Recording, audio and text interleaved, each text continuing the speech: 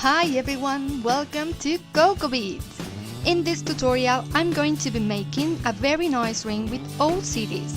But before starting, just tell you that this technique can be used for different pieces of jewelry. Let your imagination run free and use it however you want.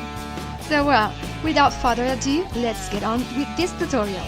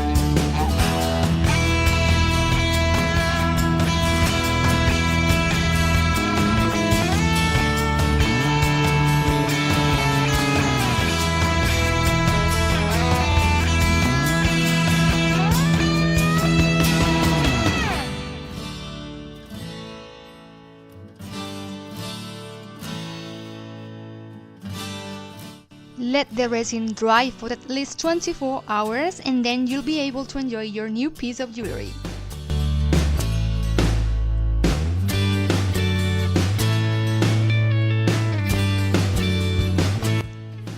If you've enjoyed this video, please give me a thumbs up and subscribe to this channel for more creative DIY jewelry. And switch the notification bell and you'll be notified by YouTube every time I'll post new videos. I come with new ideas twice a week. Hope to see you in my next video, but until then, remember, stay beautiful, smile and be very happy. Bye bye!